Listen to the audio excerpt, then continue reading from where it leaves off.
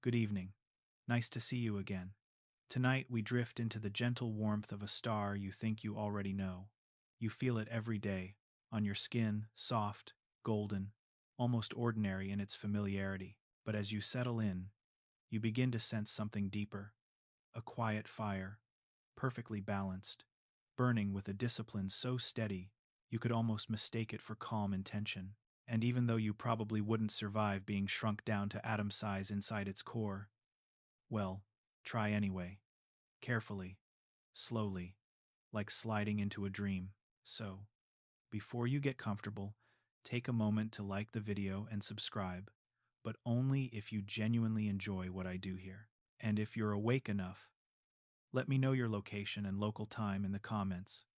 I always love watching this little community stretch across the planet like a constellation made of humans. Now, dim the lights, and let's ease into tonight's journey together. You float above the sun, not in blazing heat, but in the softened hush of imagination, where the crown of the star becomes a rolling field of light. Its surface ripples with gentle, honey-colored waves, rising and falling in patterns older than Earth's continents. In this moment, the sun feels peaceful, like an ancient creature resting under its own warmth, because right now, in cosmic terms, it is resting.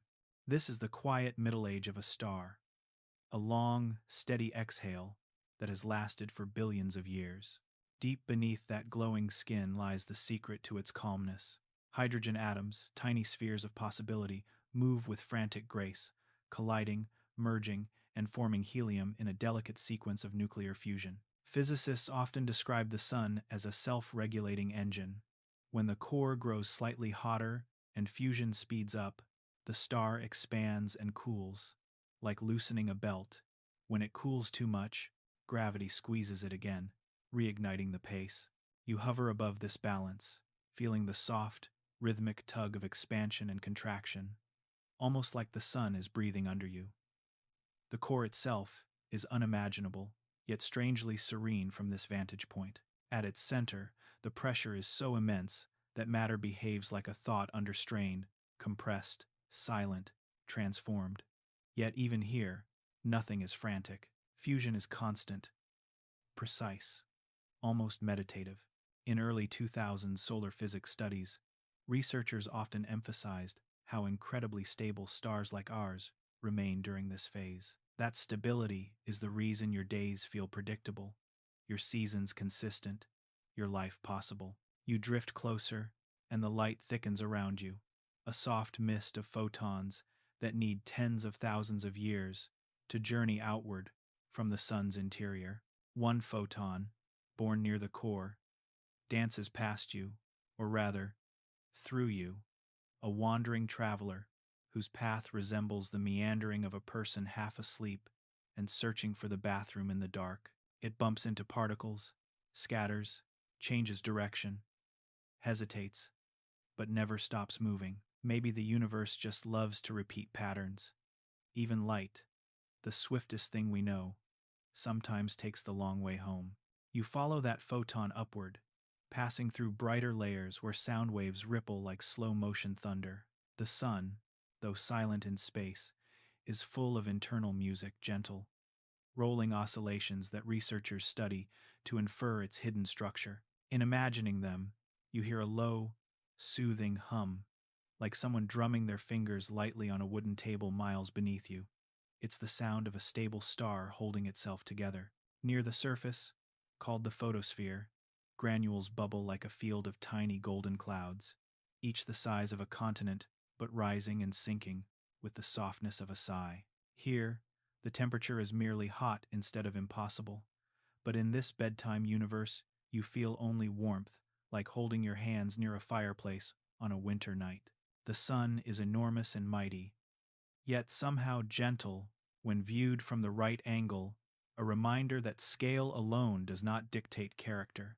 And here, floating in this glowing sea, you realize something simple but profound. The sun is not eternal, but it is reliable. It burns cleanly, predictably, methodically. Every second, it converts millions of tons of hydrogen into light, and yet it remains steady because it sits in the most stable part of its life cycle, what astronomers call the main sequence. When researchers model stars like ours, they often describe this stage as a long plateau of equilibrium. Nothing dramatic, nothing catastrophic, just a quiet star giving what it can in the most balanced way possible. You watch a solar prominence curl off the surface like a slow red ribbon, arching with grace, before drifting back into the star's magnetic embrace. Even the violent things here move gently in your dreamlike vantage, the way a storm cloud looks harmless from an airplane window. You sense heat you cannot feel, motion you cannot hear, and time you cannot measure, all melding into a soft tapestry of cosmic steadiness. Yet the calm you feel is not permanent. The sun, though serene, is aging. Every fusion reaction deep inside nudges it ever so slightly toward its distant transformation. But for now, for countless millennia, it simply shines, patient and unhurried. You drift a little farther back, watching the whole sphere warm the darkness around it, a lantern in the deep cosmic forest. And for a moment, you let yourself appreciate the quietness of it all. The same light that warms your face, grows your food, and paints sunsets golden, is born from an interior more stable and tranquil than you've ever imagined. The sun's calm middle age is a cradle for Earth's entire story, and as you hover here, wrapped in the soft glow of its presence, it feels less like a ball of plasma and more like a guardian that has watched over your world from the moment life first stirred in ancient oceans. You breathe in slowly, deeply, letting the imagined warmth wash over you, like standing near a campfire at the edge of a vast and peaceful wilderness. The sun shines not with urgency, but with certainty, and as we begin our long journey toward its distant death, you carry that certainty with you, a foundation of gentle light, steady and reassuring, guiding us into the unfolding chapters of cosmic time. You drift a little farther from the sun now, giving yourself enough distance to sense not just its present warmth, but its slow and subtle evolution. From here, the star looks perfectly constant, a golden coin hanging in dark velvet. But as you hover in this quiet space, you begin to feel something almost imperceptible, a long, patient brightening, the kind that unfolds not over years or centuries, but over hundreds of millions of gentle steps.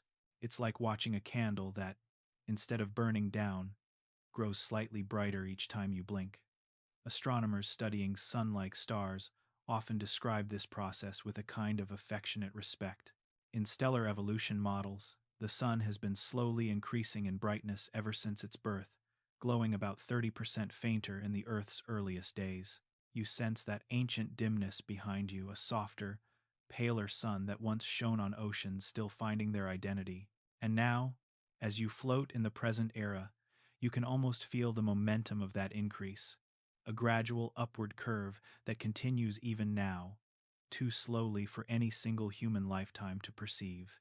You imagine the sun's interior again, but this time the imagery shifts. Instead of a serene balance, you sense a slow internal tightening. As hydrogen fuses into helium, the core imperceptibly contracts under its own weight. Gravity leans in slightly, and the core heats up in response. You picture it like a warm stone being pressed more firmly into your palm, same material, slightly different density, a bit more glow. Higher temperature means the fusion reactions run faster, and faster fusion means the sun shines just a little brighter. Not dramatically, not urgently, just gradually, like a sunrise, stretching itself beyond the horizon. Around you, the light feels more concentrated, as if the sun is whispering just a bit louder than before. If you close your eyes, you can sense the warmth shifting in tone, still gentle, but with the faintest hint of intensification, the way a room changes after you turn on a higher watt bulb. In reality, this brightening has no effect on your eyes tonight, but your imagination syncs with the models researchers have refined over decades. This increase is steady, predictable, and utterly unstoppable. You drift along the sun's orbit, letting this idea settle inside you. Maybe the universe favors these slow changes. Maybe it prefers transitions measured in epochs, not moments, like a river carving a canyon grain by grain. There is something comforting in that pace, patient, methodical. Despite the word death in our larger story, nothing here feels alarming. Nature seems to like gentle slopes, not sudden cliffs. As you circle the sun in silence, its light reflects off your imagined skin with a soft golden shimmer. You sense how different Earth would look under slightly higher luminosity.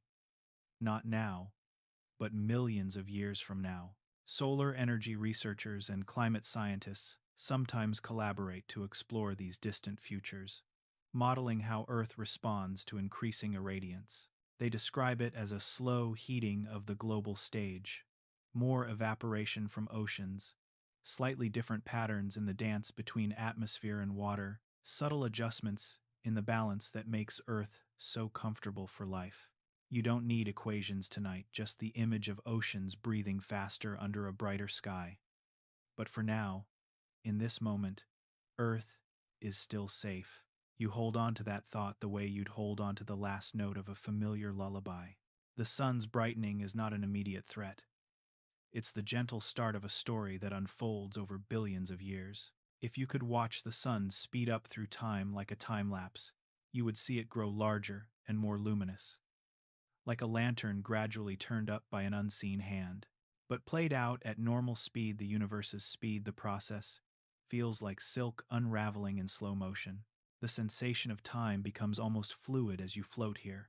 You picture yourself drifting through future epochs, watching continents shift on Earth while the sun quietly intensifies its glow. You sense the subtle thickening of the solar wind as the star becomes more active over astronomical timescales, its magnetic heartbeat shifting in rhythm. Yet all these changes remain grounded in a single idea: a star brightening as its fuel slowly transforms. You draw closer again, letting the sunlight wash over you. The photons feel a bit more confident than they did in the previous section, as if each carries a sliver more energy. You imagine the convection zone beneath the sun's surface bubbling a little more vigorously, its golden granules rising with a touch more insistence.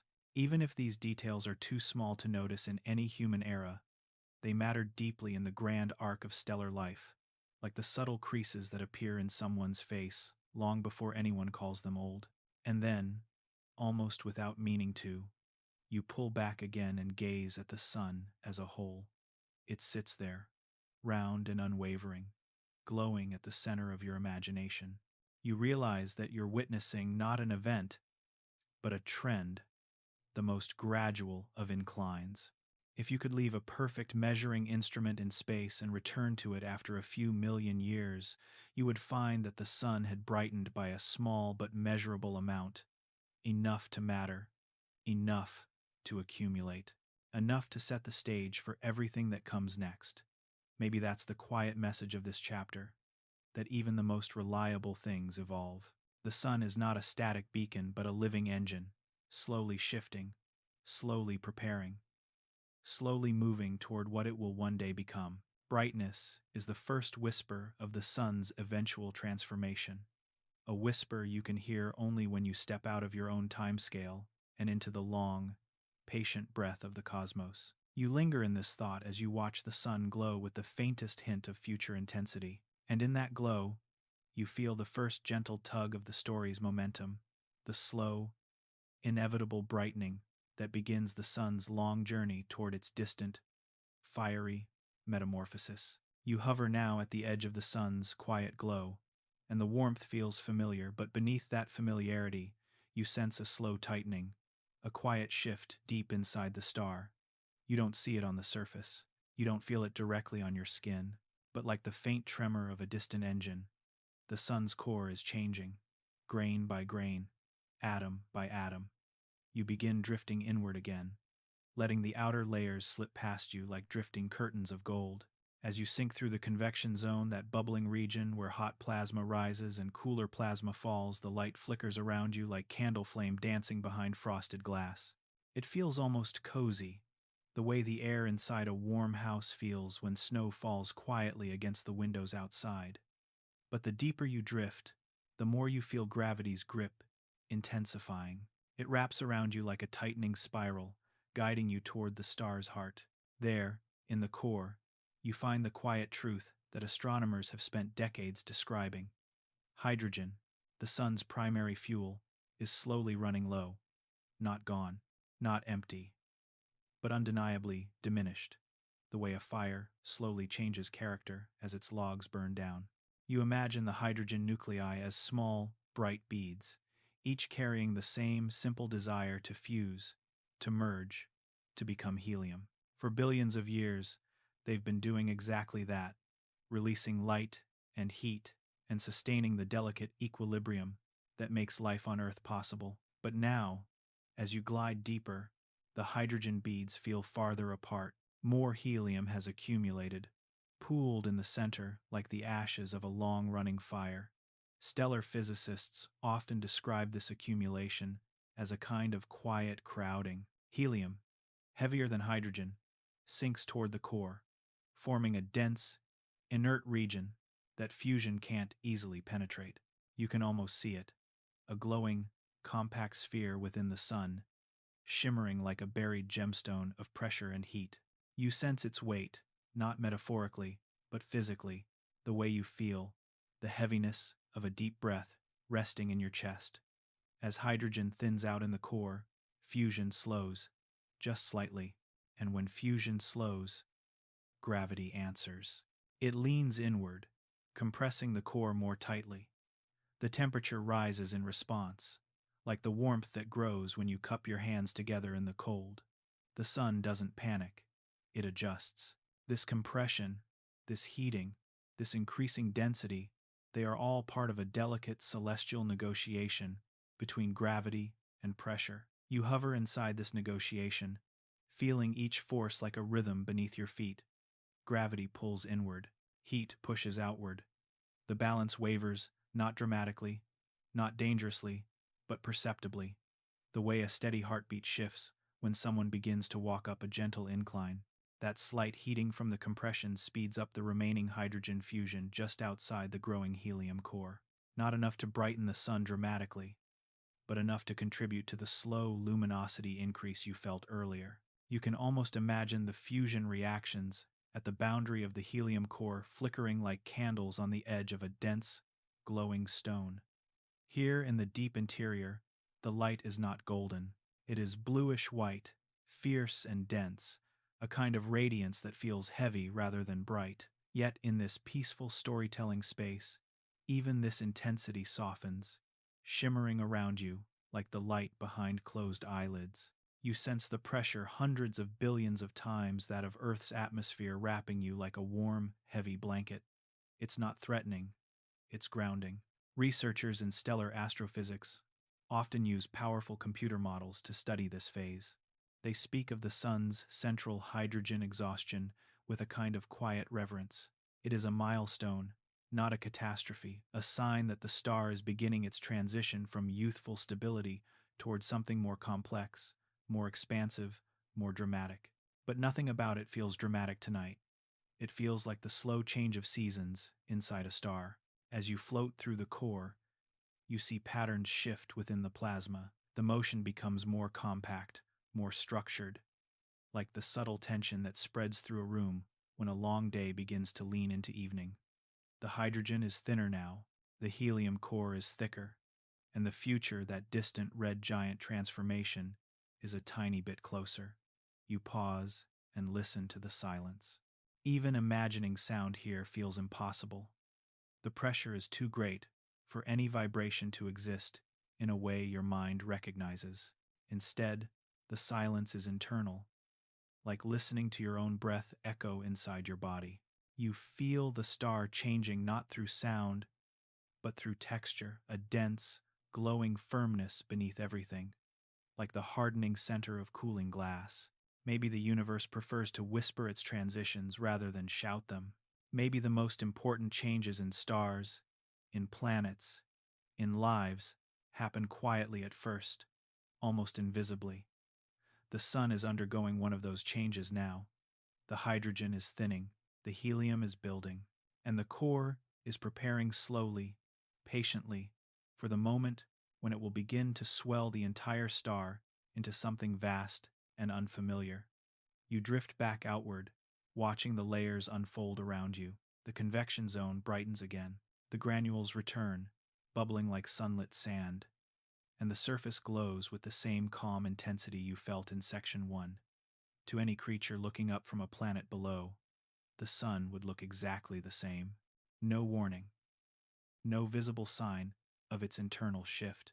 Yet you feel it. A star changing from the inside out. A long, slow turning of a cosmic page. You hover just above the surface again and let the warmth settle across you like a blanket fresh from the dryer. The sun is still stable, still generous, still luminous in its steady way.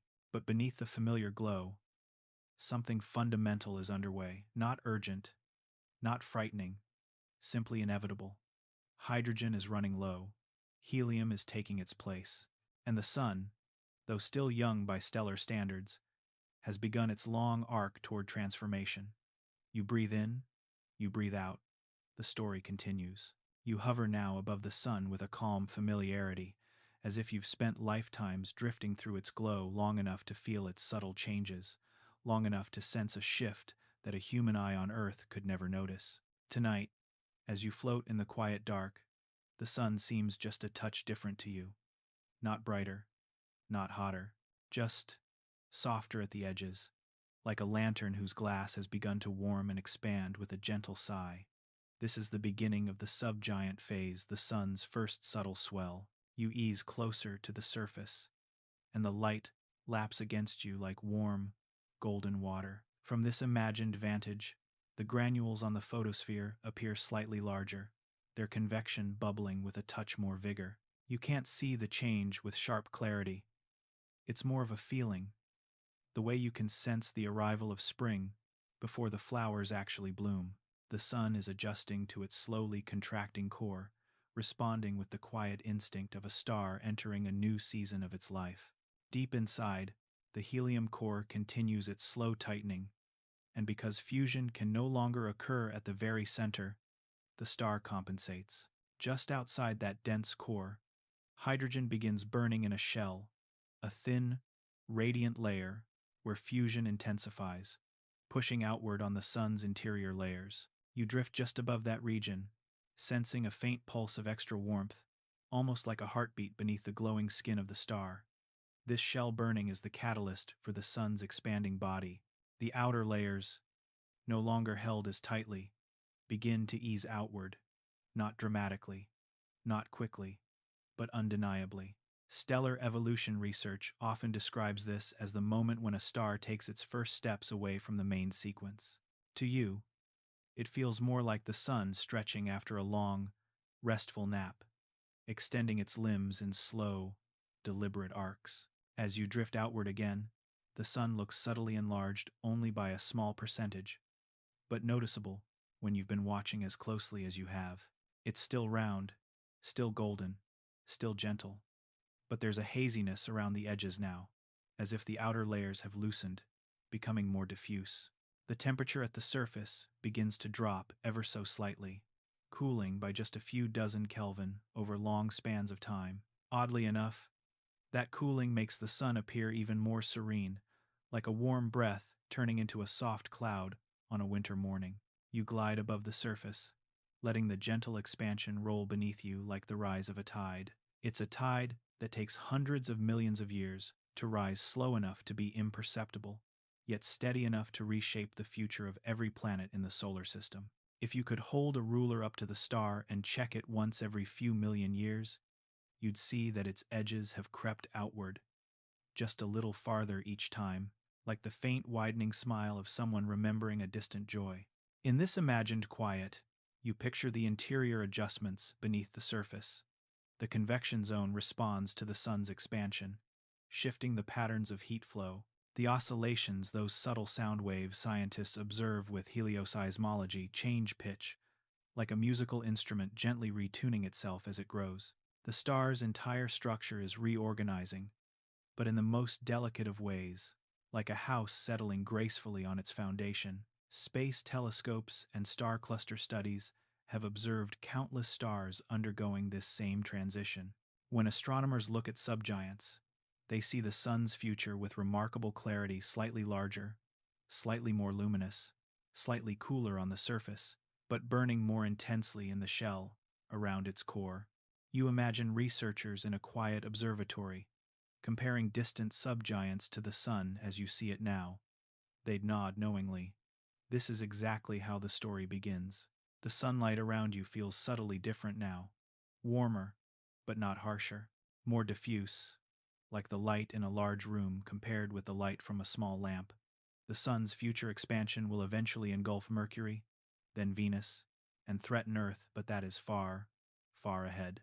For now, the expansion is gentle, almost affectionate, as if the sun is learning to breathe with a different rhythm. You drift back a bit farther, gazing at the whole star from a broader perspective. Its once tightly drawn edges now appear slightly softened, the way a painter might blur the boundary of a sphere to make it glow more naturally against a dark canvas. You feel a softness in your chest as you watch, a sense of mild awe at how a star changes not with abrupt motion, but with a patience that humbles every human measure of time. Maybe the universe prefers slow transitions because they give everything room to adapt. Maybe complexity grows most gracefully, not from sudden leaps but from prolonged, gentle shifts. As you watch the sun expand by degrees that only cosmic time can reveal, you feel the truth of that idea settling over you like a warm blanket. The first subtle swell of the sun is not explosive, not alarming, not catastrophic. It is simply the quiet signal that its long middle age is ending. A signal that the next chapter, the one that will lead to a vast red giant, is beginning far, far beneath its shining surface. You take one last look at the sun in its new silhouette. It is still familiar, still golden, still serene. But now, you carry the knowledge of its gentle expansion, its first small drift away from the star it has always been. A change has begun, slow, soft, inevitable, and beautiful in its quiet unfolding. You drift forward in time now, letting hundreds of millions of years slip past like slow, shimmering waves. The sun you left in the last section, gently swollen, slightly cooler on the surface, quietly burning hydrogen in a shell, begins to change more dramatically. You don't feel a sudden jolt. Instead, you sense the acceleration of a long, patient process. Like a river that has finally found a steeper slope, the subgiant becomes something else. The quiet swell becomes a transformation. A red giant is awakening. From your place in space, you watch as the sun starts to grow. At first, it's only a modest expansion, the kind that could still hide beneath the cloak of astronomical timescales. But then the change picks up, driven by the relentless burning in that hydrogen shell around the helium core. The energy has to go somewhere, and the outer layers respond by pushing outward, farther and farther, like a slowly inflating lantern. You hover at a safe distance and feel the scale of the change.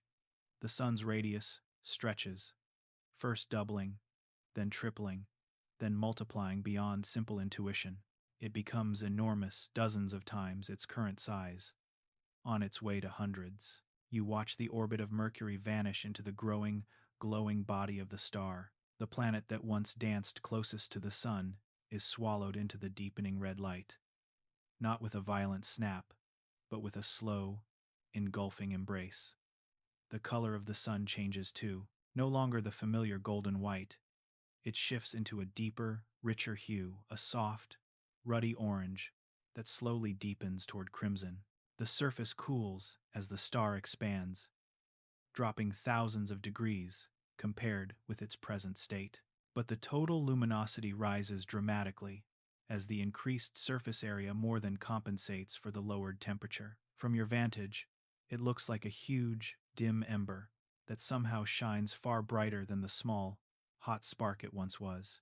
The light feels different on your imaginary skin, not sharp, not fierce, but broad and encompassing, like standing near a massive bonfire on a cold night. You can almost feel the heat spilling into space, a steady outpouring of energy that floods the inner solar system. If Earth still orbits at this stage, its skies would be dominated by a swollen, red star filling much of the horizon, the air thick with warmth and the oceans struggling to endure. But we'll linger with the star itself for now, leaving the planet's fate for later chapters. Inside the red giant sun, the structure has become more layered, more complex. The helium core has grown even denser, squeezed by gravity into a compact, incredibly hot sphere. Around it, the shell where hydrogen is still burning glows fiercely, powering the expansion. Outside that, the envelope, the vast, extended outer region, has become tenuous, almost delicate. You drift into this envelope and feel the density drop around you. It's like moving from the deep interior of a mountain to the thin air near its peak. Except everything is made of plasma and light. Astronomers who study red giants and star clusters see this stage as perfectly normal, one of the most beautiful and dramatic episodes in the life of a sun-like star. They model the interior with powerful codes and compare those predictions with the temperatures and luminosities of real red giants. Their diagrams show a star climbing a steep path in brightness and color, and you now float inside that line, inside the red giant branch of the sun's future. The atmosphere of the red giant sun is restless but gentle from here. You watch great convective cells far larger than the granules on today's sun rise and fall like colossal, glowing continents. Each one might be bigger than the Earth itself, yet they move with unhurried grace, their upwelling plasma appearing as brighter patches and their sinking currents as darker lanes. The star's surface looks mottled, textured, almost like velvet seen under a beam of deep red light. Magnetic fields still twist and dance within this enormous envelope, but they play a different kind of music now. The cycles that once produced familiar sunspots and flares may become irregular, altered by the star's stretched and evolving structure. You imagine arcs of plasma lifting away like slow-motion fireworks, then drifting back into the swollen atmosphere as if reluctant to leave. The red giant phase feels dramatic in scale, yet strangely peaceful in rhythm. There is no single explosion here, no sudden collapse. Instead, it's a long act of unfolding the sun, turning itself inside out in slow motion, revealing the consequences of all the hydrogen it has already burned. Maybe the universe is reminding you that endings can be grand without being violent, sweeping without being hurried. As you pull back to take in the full view, the red giant sun dominates your sky. Where once the star was a bright dot with a halo, it is now a colossal disk, filling your field of vision with deep, warm color. Its brightness is many times what it was before, casting a rosy light that would bathe distant worlds in eternal sunset. You try to picture the scale in more familiar terms. If you placed this future sun where it is now, its swollen body would likely reach past the orbit of Mercury, past the orbit of Venus, and perhaps even brush the orbit where Earth once circled. The distances you know close and far in the language of everyday life simply dissolve here. Everything is engulfed in the star's presence. Yet for all its size and glow, the red giant sun is also fragile. Its outer layers are only loosely bound, held by the weakened grip of gravity over such a large radius. You sense that they are ready to drift away, to be peeled off by stellar winds and pulsations. That chapter is coming, the chapter where the sun begins to shed its outer skin back into space. But for now, you linger with this awakened giant, this red, breathing star that has stepped into the grandest stage of its visible life. Maybe the universe loves to surprise you with contrasts. A star that looks cooler but shines brighter, one that is larger yet more delicate, older yet in some ways more dramatic than ever. The red giant sun is that contradiction made real, a vast, luminous monument to billions of years of quiet fusion, now transformed into a glowing colossus that announces, with serene grandeur, that its long middle age is over. You stay with it a moment longer, letting the red light wash over your imagined senses like warm wine, soft and deep. The star pulses faintly, its surface breathing in and out on timescales far longer than a heartbeat, yet still rhythmic, still alive. The red giant has awakened, and the story of the sun's death has moved into its most luminous chapter. You turn away from the swollen red giant for a moment and let your attention fall back toward a small, blue world circling far below. From this distance, Earth looks unchanged, a marble of swirling white and blue, a soft glow of life against the dark. But you and the sun have been moving through vast stretches of time together, and now you're ready to watch what that slow brightening does to the place you call home. You slide down through space, letting millions of years pass with each quiet breath. The sun is still smaller than the immense red giant of the last chapter, still mostly familiar, but its light has crept upward bit by bit. On Earth, you see the difference not in one sudden disaster, but in small, persistent changes. Summers lean hotter, ice retreats from the poles a little more each era. The balance between incoming sunlight and outgoing heat shifts by fractions of a percent that mean nothing to a day, but everything to an age. You drift into Earth's upper atmosphere. The air is thinner here, cold and delicate, like a barely visible veil around the planet. As the sun brightens, this veil begins to transform. A bit more energy from the star means a bit more evaporation from the oceans, a bit more water vapor in the air, a stronger greenhouse effect trapping more heat. You imagine the atmosphere thickening with invisible steam, the way a bathroom slowly fogs after a long, hot shower. Climate scientists and planetary modelers have spent decades trying to understand this distant future, the runaway greenhouse and the moist greenhouse, stages where warming feeds on itself. In their simulations, as the sun's luminosity rises, the oceans start to evaporate faster than they can cool the planet. Water vapor, a powerful greenhouse gas, builds up in the upper atmosphere, locking in more heat, which drives more evaporation, which adds still more water vapor. A loop, tightening. You descend lower into the troposphere, where clouds are forming from this new abundance of vapor. The skies feel heavy with humidity, like a tropical afternoon turned permanent. Rain falls more intensely, storms grow stronger, and the familiar climate zones you know begin to migrate and blur. From your vantage, you see continents shimmering through hazy air, coastlines softened by rising seas, river systems swollen with redistributed rain. Nothing here is instantaneous, nothing apocalyptic in a single moment. But the trend is unmistakable. Earth's comfort is fading. You skim your fingers through the upper surface of the ocean. The water feels warmer, less able to cradle heat in deep, stable layers. Coral reefs pale and vanish in slow motion. Some life adapts, moves poleward, chases cooler waters. Some does not. The biosphere reshuffles itself, new winners and losers emerging under a sky that has tilted slightly in favor of heat. As time slides onward, hundreds of millions of years ticking by in the silence between your breaths, the moist greenhouse phase deepens. More water reaches the high atmosphere, where the sun's ultraviolet light has an easier time tearing it apart. You float above the ozone layer now, watching molecules split, water broken into hydrogen and oxygen, the lightest hydrogen atoms slipping away into space like tiny lanterns, rising and never coming back. Slowly, molecule by molecule, Earth begins to lose its oceans to the void. From above, you see the seas shrink, shorelines creep inward, shallow waters recede, leaving behind broad, salt-encrusted plains that glitter fiercely under the brightened Sunday.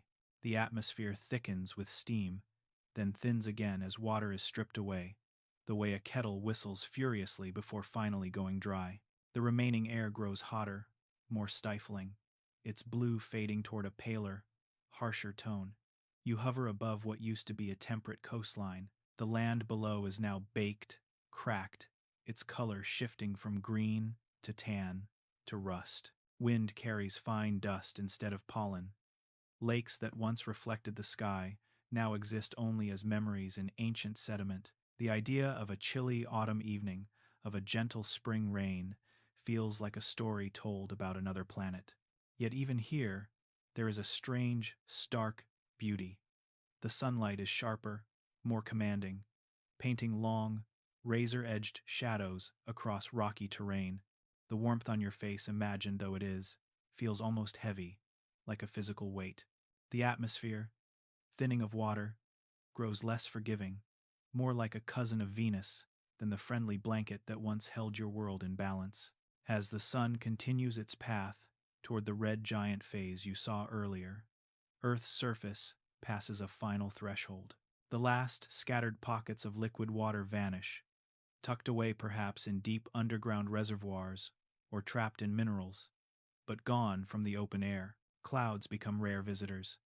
The sky is mostly clear now, the sun glaring down from a nearly cloudless dome, its disk larger, its light harsher. You float over the remains of ancient ocean basins, now broad, desolate plains.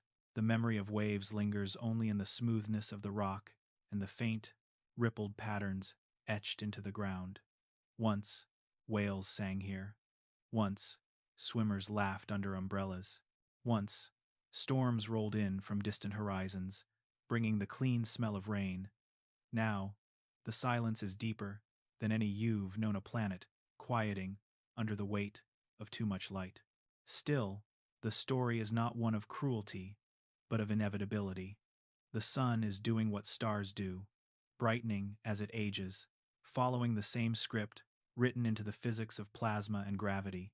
Earth is responding according to the rules of energy balance and atmospheric chemistry.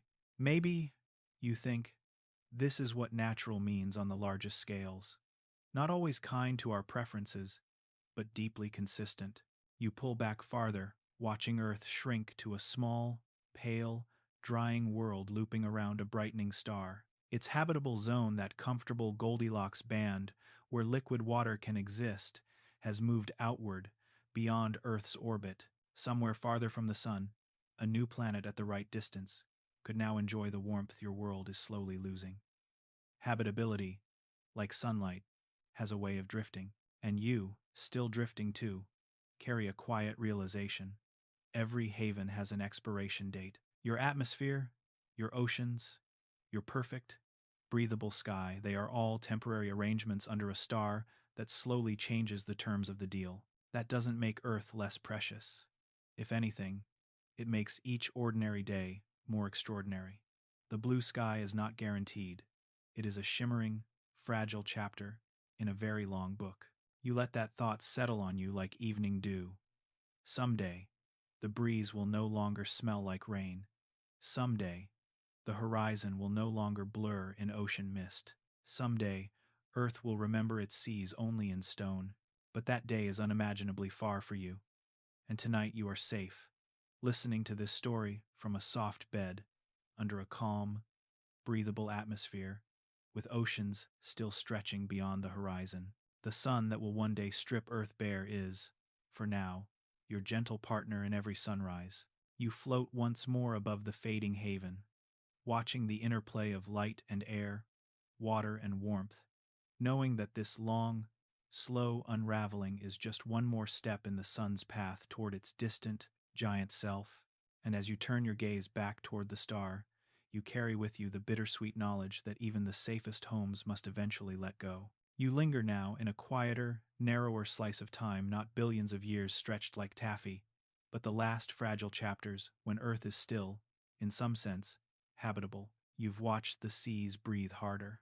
You've seen the atmosphere grow heavy with water vapor. But there comes a point when the word habitable starts to feel like a technicality rather than a comfort. You descend again through the brightened light toward Earth, somewhere in the deep future. Hundreds of millions, maybe a billion years ahead. The sun above you is noticeably more intense, its disk a touch larger, its glare a little harsher. You feel the difference not as a sudden blast, but as a constant, insistent presence, like a summer that never quite ends. From orbit, the planet still looks mostly familiar. Blue oceans, white swirls, brown and green land. But as you focus closer, you notice a shift in color. The green has retreated. Vegetation clings to cooler regions, higher latitudes, mountainous areas, like a tired traveler seeking whatever shade is left. Forests thin into scrublands. Grassy plains fade into dusty expanses. The living skin of the world appears patchy, worn. You slip into the atmosphere and feel the heat settle around you. The air is warmer everywhere now, even at the poles, even at night. Heat waves that would have once been rare, record-breaking events have become the background rhythm of the planet. The difference between day and night shrinks. The land holds onto the warmth like a stone fresh from a fire. You imagine walking across a once familiar city and finding every surface warm to the touch, even long after sunset. Down near the surface, the last forests are under stress. Trees, which once exchanged carbon and water with the air in a balanced dance, now struggle to keep up.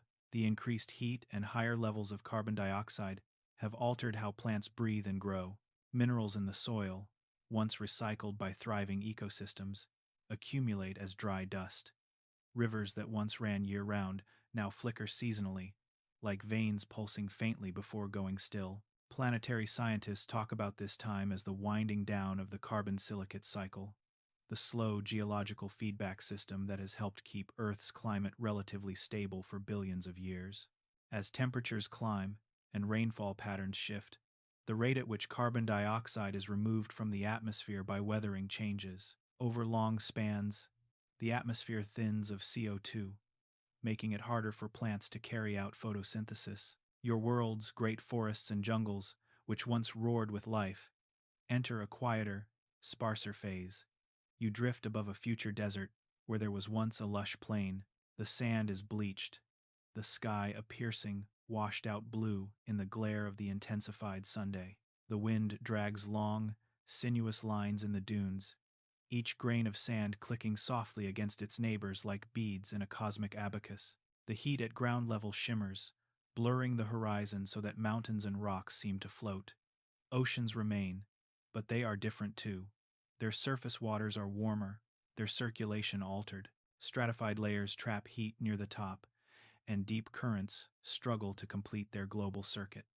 The sea surface feels almost bath-like as you skim your hand through it. Marine life retreats to deeper, cooler waters where it can, but the stability of those refuges is no longer guaranteed.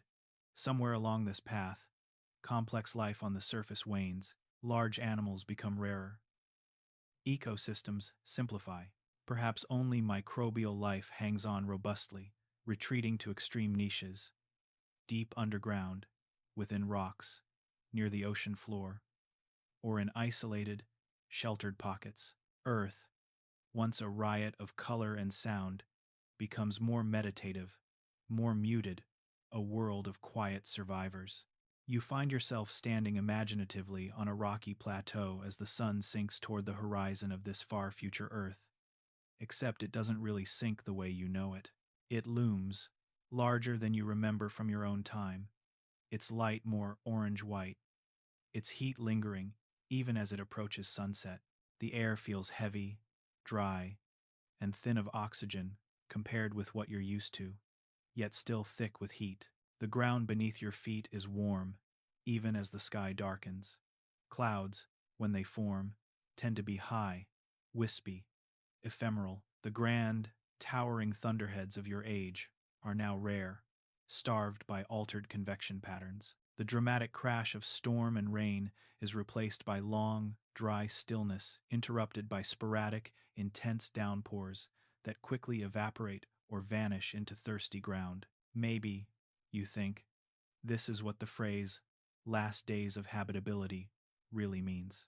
Not a single apocalyptic storm, not a sudden curtain drop, but a long, fading diminuendo. Life does not end in one instant, it just becomes harder and harder to sustain the complex, delicate webs you're used to. Comfort shrinks into corners. Resilience becomes localized. The world contracts in all the ways that matter to living beings. From orbit again, you watch the habitable zone, that moving band around the sun where liquid water can exist, continuing to slide outward. Earth, once cozily in the middle, now rides near the inner edge, then drifts just inside it. By many definitions, it's no longer truly habitable, at least not for surface life as you know it. If any observers existed out here, mapping worlds around stars, they might now classify Earth as a hot, post-habitable planet, a place that was right long ago, but is now just a little too close to a brightening star. You think about how casually humans sometimes say Earth will be here forever, forgetting that the conditions that make it beautiful are not permanent. They are a window wide by human standards, but narrow by cosmic ones.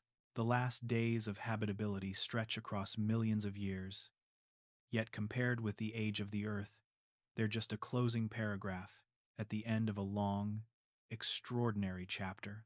As you float in silence, you let yourself feel the melancholy of that, the last gentle lakes drying, the last forests thinning into scrub, the last familiar twilight where the air is warm but still breathable, the sky still subtly tinted by the scattering of light in a water-rich atmosphere. Then, in the same breath, you let yourself feel the wonder too.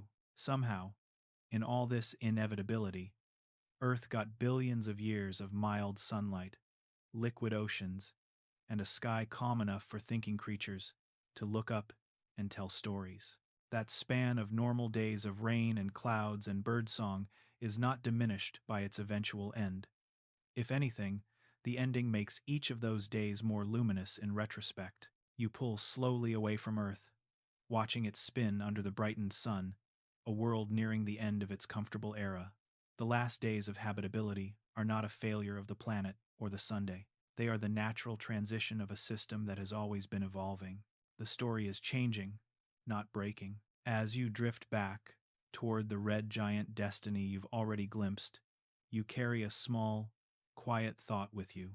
Every sunrise on your real Earth today, right now, happens in the middle of the safe chapter. The oceans still breathe. The forests still drink. The sky is still kind. And for tonight, as you lie in your bed, under that gentle, ordinary sun, that knowledge can feel like a warm hand on your shoulder, a reminder that you are alive during the long afternoon of a world that will, one distant day, grow too hot to hold you. You return to the heart of the red giant sun, drifting inward through its vast, swollen layers as if you're descending through a glowing, rust-colored fog. Outside, the star has become huge and soft, its light washed in deep orange and red. Inside, something entirely different is brewing, compact, fierce, and hidden. You pass through the extended envelope, where the gas feels thin and almost weightless despite its heat, and sink toward the dense center. The gravity grows stronger with every imagined meter you descend, pressing around you like a closing fist. The light here is no longer gentle. It is sharp, white-blue, dense with energy. This is where the long story of hydrogen has left its mark. You reach the helium core. It feels, in your mind, like a solid made of fire, small compared with the overall star, but incredibly dense, packed with helium nuclei, squeezed so tightly together that the usual rules of matter begin to shift. The pressure here is so intense that atoms are stripped bare, electrons wandering freely in a sea of nuclei. The core is supported not just by heat, but by a strange quantum stiffness, electron degeneracy pressure, a type of resistance that doesn't care much about temperature at all. You hover in that core, feeling a paradox. It's incredibly hot over 100 million degrees, and yet, for a long time, that heat hasn't been enough to start helium fusion in earnest. The core has been like a match head that refuses to ignite, no matter how warm it becomes, held in check by the peculiar physics of degenerate matter. When energy is added, the material doesn't expand and cool like a normal gas. It just gets hotter, trapped in its own compactness. Around this inert helium sphere, in a shell just above it, hydrogen has been burning furiously, feeding the red giant's luminosity, driving its swollen outer layers. That shell burning is like a ring of fire wrapped around a silent, glowing stone. And as it burns, it keeps adding more helium ash to the core, increasing its mass, increasing its density, increasing its temperature. You sense the tension building, slowly, over millions of years. The core grows heavier. Gravity presses harder. The temperature climbs, step by patient step, and at some point, a threshold is passed. Helium begins to fuse. At first, it's just a tiny spark in the heart of that dense core. 3 helium nuclei collide and merge into a carbon nucleus, a process called the triple alpha reaction. In a normal star, that would cause expansion and cooling, stabilizing things. But here, in this degenerate core, The heat cannot easily ease the pressure through expansion. The temperature rises rapidly, and instead of calming, the reactions race faster and faster. You might imagine this moment as a silent explosion, not a blast that tears the star apart, but an inward, self-contained storm of fusion. Astrophysicists call it the helium flash. In less than an afternoon of stellar time, the core's energy output surges to levels that would be utterly impossible in the sun's current state. Yet, almost all of this drama happens deep inside, hidden beneath the thick, swollen envelope. You float inside the storm, but in our gentle, dreamlike universe, you don't feel fear, you feel awe. The core blazes. Helium nuclei crash together in a furious dance, becoming carbon and oxygen, releasing immense amounts of energy. The temperature spikes, the degeneracy, that quantum stiffness, begins to break. Finally, the core can respond the way ordinary gas does. It expands, and when it expands, it cools. The runaway fusion slows, then steadies. The wild flash resolves into a new kind of calm. Stable helium fusion in the core, hydrogen still burning in a surrounding shell. The sun, in its old age, finds a new equilibrium different from its main sequence youth, but stable all the same. You feel the core swell beneath you, like a clenched fist, finally unclenching. The density drops a little, the pressure relaxes. The star's internal structure rearranges itself. Energy from the helium flash ripples outward through the layers, not as a violent shock wave, but more like a long, deep exhale spreading through the sun's interior. If you race upward now, through the radiant interior and into the vast, red envelope, you might expect fireworks, flares, some dramatic change on the surface. But that's the quiet magic of this event. At the sun's surface, very little looks instantly different. From a great distance, the helium flash is almost invisible. The red giant doesn't explode. It doesn't shatter. It simply shifts course. Over time, the star contracts a bit from its most enormous red giant size. Its surface temperature rises slightly. Its color may move from deep red toward a warmer orange-yellow, and its luminosity adjusts to a new, slightly more modest level. Astronomers call these helium core burning stars horizontal branch or red clump stars, depending on their mass and composition. To you, it feels like someone dialed the drama down from grand opera to gentle symphony. You hover just above the sun's surface after this transformation. The star is still much larger than it was in its youth, still luminous, still tinged in warm colors, but it has settled into a new rhythm.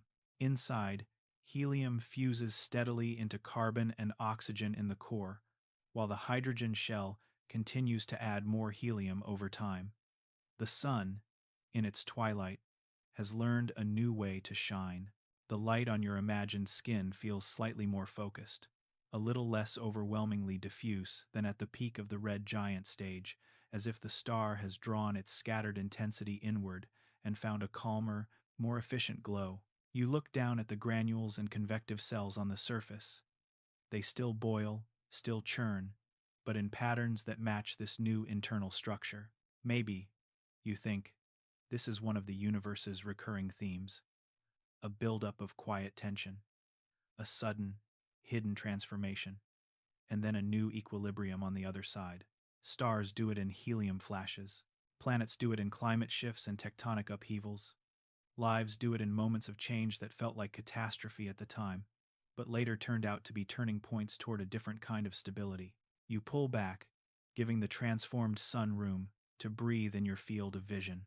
It glows calmly now, an elder star burning through the last of its easily accessible fuel. The helium in its core will not last forever, only a fraction as long as the hydrogen did.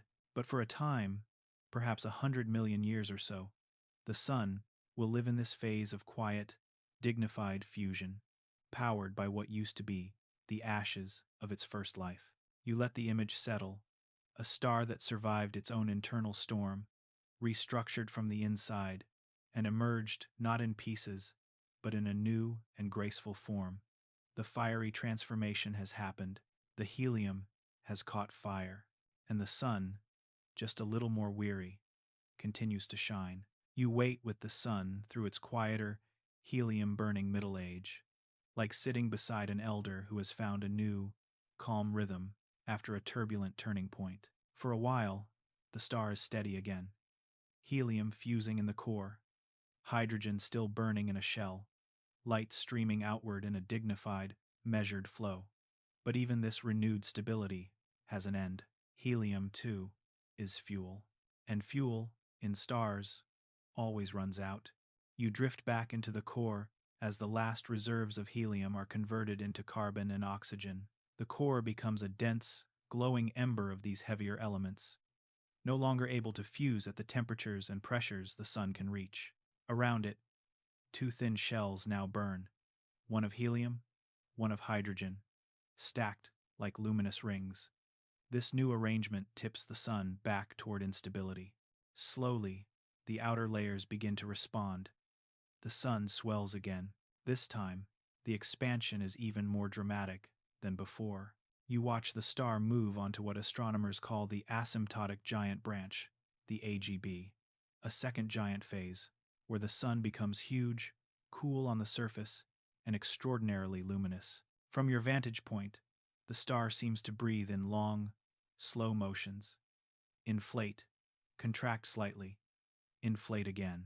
Its outer layers are so extended and diffuse that they feel almost mist-like, more cloud than sphere. The color deepens into a rich red, tinged with a faint brownish warmth, like a coal that has burned all evening and is now glowing softly at the bottom of a fire pit. The surface temperature drops further, but the total brightness soars. The sun is now tens of thousands of times more luminous than it is today. Its size defies your ordinary sense of distance. If you tried to hold this star in a mental picture frame, it would spill out on every side. You let yourself drift into the sun's outer envelope again. The atmosphere here is cool enough in star terms for molecules and dust grains to form. Tiny particles of carbon, silicates, and more exotic compounds condense in the upper layers, like smoke forming in slow motion. The gas feels thick and strangely soft around you, like moving through warm fog illuminated from within.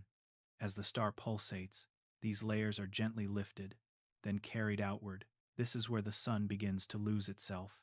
On the AGB, stars like the sun shed mass at astonishing rates, blowing powerful stellar winds into space. You can feel that wind now, not as a sharp gust, but as a steady, outward flow of material, a slow river of gas and dust streaming away from the star in all directions. The rate is tiny on human scales, maybe a fraction of the mass of Earth every year, or less, but over 1,000,000 years, it adds up.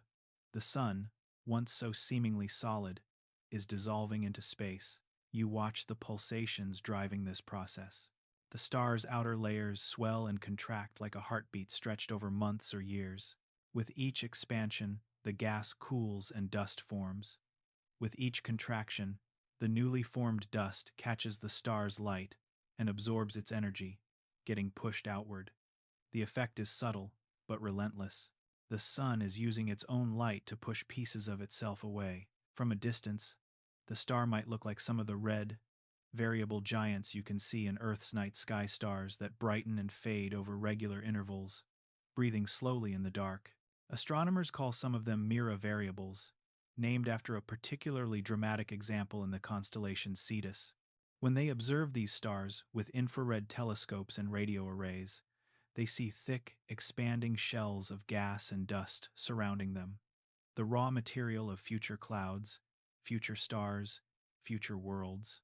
You circle the sun now, just outside its swollen body, and you can see that same process beginning.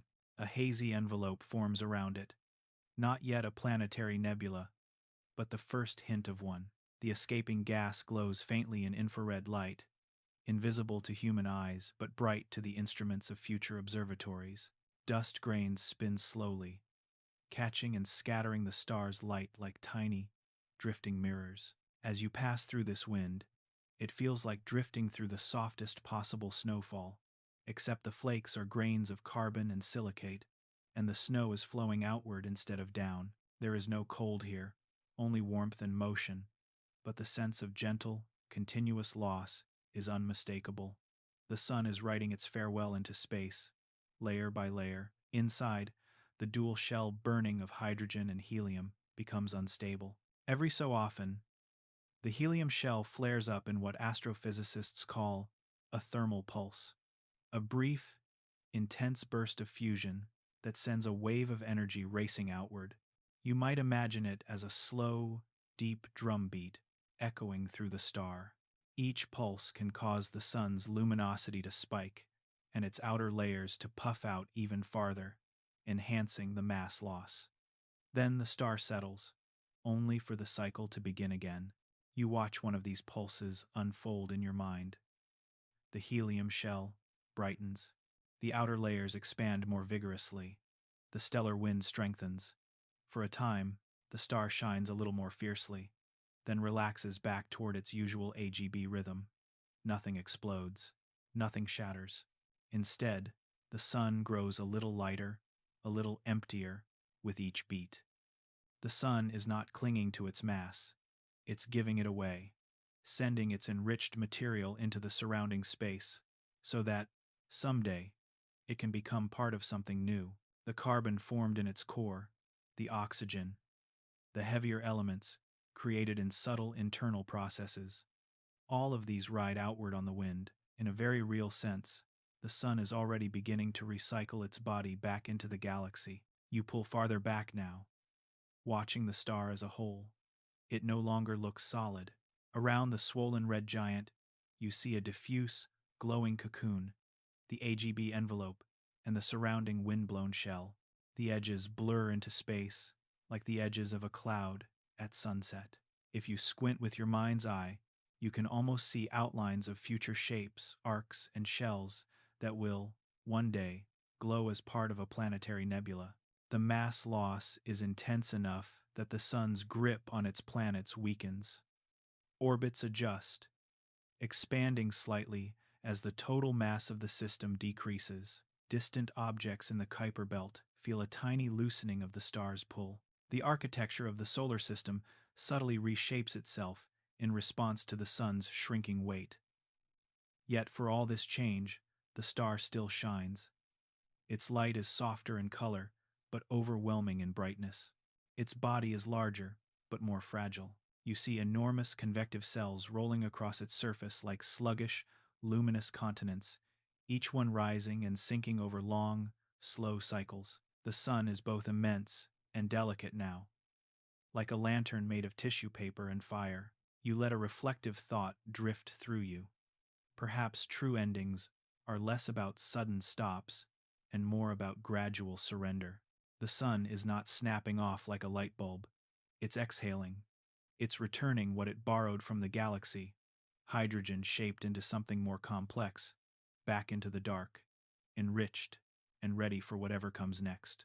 You stay with the star a moment longer, watching the wind continue to flow, the dust continue to form, the pulsations continue to ripple through its extended body. The asymptotic giant branch is a phase of extravagance and release. The sun's final act as a giant, a luminous farewell tour before its outer layers peel fully away. Soon, that peeling will become complete. The wind will thin, the envelope will detach, and the sun's bare core will shine through the dispersing gas. A new kind of beauty is waiting there, a glowing shell in space, a planetary nebula written in the sun's own breath. But for now, you hover in the deep, warm red of the second giant phase, listening to the slow, steady whisper of a star letting go. You stay close as the sun continues its long, slow act of letting go. By now, you know its moods. The steady main sequence calm, the swelling red giant, the hidden fury of the helium flash, the swollen second giant phase. But here, in this deep AGB stage, one feature dominates the story more than any other: the wind. You drift just outside the sun's enormous, ruddy surface, and you can almost feel that wind as a constant, outward pressure on your skin. Not a sharp gust, but a steady push, like standing in a slow, warm river. Streams of gas and dust flow past you, carrying away pieces of the star. It's as if the sun has become a dandelion gone to seed, and the galaxy is gently blowing on it. In reality, these are charged particles, protons, electrons, ions, mixed with tiny dust grains that formed in the star's cool outer layers. On the sun you know today, the solar wind is a thin, fast breeze. Here, it's thick and heavy, more like a continuous exhalation. The mass loss rate has increased dramatically, turning the sun into what astronomers sometimes call a superwind phase. It is shedding its outer layers at a pace that will strip much of its envelope away in just a few 100,000 years, a blink in stellar time. You watch the pulsations that drive this wind. The star swells and contracts, in cycles that might take hundreds of days. With each expansion, the outer layers move outward and cool. At certain distances, the temperature drops enough for atoms to bind into molecules, and molecules to cluster into dust grains. Little flecks of carbon and silicate form, like smoke condensing from a candle flame. Then, the light takes over. The sun's own radiation pushes on those dust grains the way wind pushes on a sail. The grains feel the momentum of countless photons and begin to drift outward. Collisions between dust and gas drag surrounding material along for the ride. Layer by layer, the star's envelope is peeled off, not by violence, but by light itself. You move through that drifting material, and for a moment you imagine the sound it might make if sound could travel in this vacuum. A soft, endless hiss, like sand pouring through an hourglass that never runs out until it does. The density of particles brushing past you is low, far lower than any air you'll ever breathe, but compared with the present-day solar wind, it's a flood. From a distance, the scene is quietly spectacular. The sun is no longer just a single glowing ball. Instead, it sits inside a growing cocoon of its own breath shells, and wisps and layers of gas expanding into space. Some regions are thicker, where the wind has been stronger. Others are thinner, where previous pulses have drifted farther out. Infrared telescopes of the far future would see this region blazing with the heat of warm dust, like a cloud of glowing embers around a central fire. You let time slip forward, watching the wind sculpt the surroundings. The ejected gas does not simply drift uniformly away. Stellar winds can be shaped by magnetic fields, by rotation, by the gravitational pull of any surviving planets or companions. Even a slight asymmetry can grow over time into arcs, rings, or bipolar flows. You might see denser equatorial belts and more open polar regions, shaping what will later become intricate nebular patterns. As you circle, the wind feels different in different directions. In one region, it's thicker, the density a little higher, like drifting through a faint fog instead of a thin mist. In another, it's clearer, with streams of faster-moving gas. The sun is no longer just radiating energy, it's radiating matter, sculpting an invisible yet very real future nebula. This unbinding of the outer layers has consequences for the entire solar system. As the sun loses mass, its gravitational hold on the planets weakens. You look outward and see their orbits slowly expanding, like loose threads being tugged from the center. Earth, if it still exists in any recognizable form, drifts outward slightly, but not enough to fully escape the encroaching giant at its peak. The outer gas giants shift too, their paths subtly widening in response to the fading grip of the star. Yet for all these mechanical shifts, the emotional tone of this scene is still quiet. There is no sense of panic in the wind, only inevitability. The sun is doing exactly what stars of its kind are meant to do at this age: use radiation pressure and pulsations to shed the remnants of their envelopes, revealing the hot core inside. You pass once more through the boundary where the sun's atmosphere ends and the free-flowing wind begins. There's no sharp edge, just a gradual thinning, like moving from shallow water into deep sea. Dust grains glint faintly in starlight. Molecules tumble and spin. The outflow stretches for billions of kilometers in all directions. Maybe, you think, this is the most poetic part of the sun's life. For billions of years, it held itself together, guarding its mass, regulating its burn. Now, in its final act, it is letting go of everything it can't keep. The hydrogen and helium it once clutched so tightly, and the heavier elements it forged, are being handed back to the galaxy, free to join new stories. You consider the particles streaming past. Some of these atoms, created in the sun's interior, will eventually become part of interstellar clouds. They may help form the atmosphere of a planet around some distant star, or become a grain of dust that shadows a newborn world, or even end up in the surface layers of a future comet. The sun's body will not vanish, it will disperse. You pull farther back, watching as the superwind continues to do its work. The sun's envelope increasingly thins. The star's color, once deeply red, begins to shift as the outer layers grow more transparent. Its radius starts to decrease from its most bloated state, even as the total brightness remains high for a while. Deep within, the core contracts and heats, preparing for the moment when it will stand exposed, the furnace laid bare. The wind, too, will one day weaken. Once most of the envelope is gone, there will be little left for radiation pressure to push. But by then, the damage, or rather, the transformation, is complete. The sun's outer layers will have been largely unbound, cast off into the surrounding space. Surrounding the star, there will be a vast shell of expanding gas and dust, slowly thinning, still glowing faintly with the memory of the star that birthed it. You watch this shell and feel a deep, quiet ache. Not of sadness, exactly, but of recognition. Even the most central things in your life are not permanent. They, too, will unbind over time. Homes, relationships, bodies, identities. The universe is made of processes like this, you realize. Forming, holding, releasing. Maybe the sun's wind is not just a physical phenomenon, but a gentle metaphor carried on every particle it releases. The solar winds are unbound now, not the thin, sharp streams of the young sun, but the thick, soft exhalations of an old one.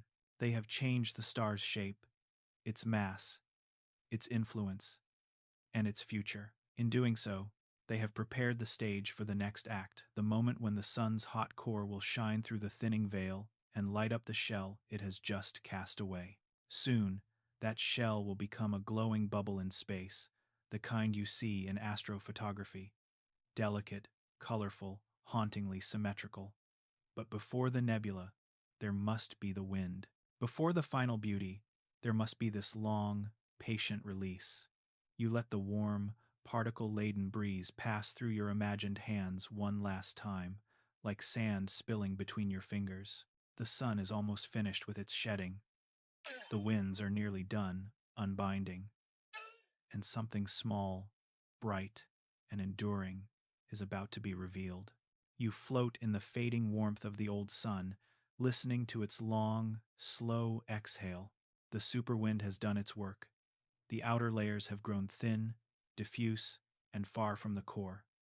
For a long time, the star has been more cloud than sphere, more breath than body, and now, something quiet but decisive begins to happen.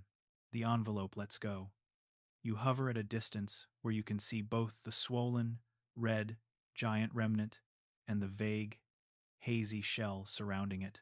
The gas that was once part of the sun's surface has drifted outward far enough that it no longer feels like the star in any simple sense. It is an expanding bubble now, coasting on its own inertia, like smoke rings slowly enlarging as they drift away from a candle that's nearly burned out.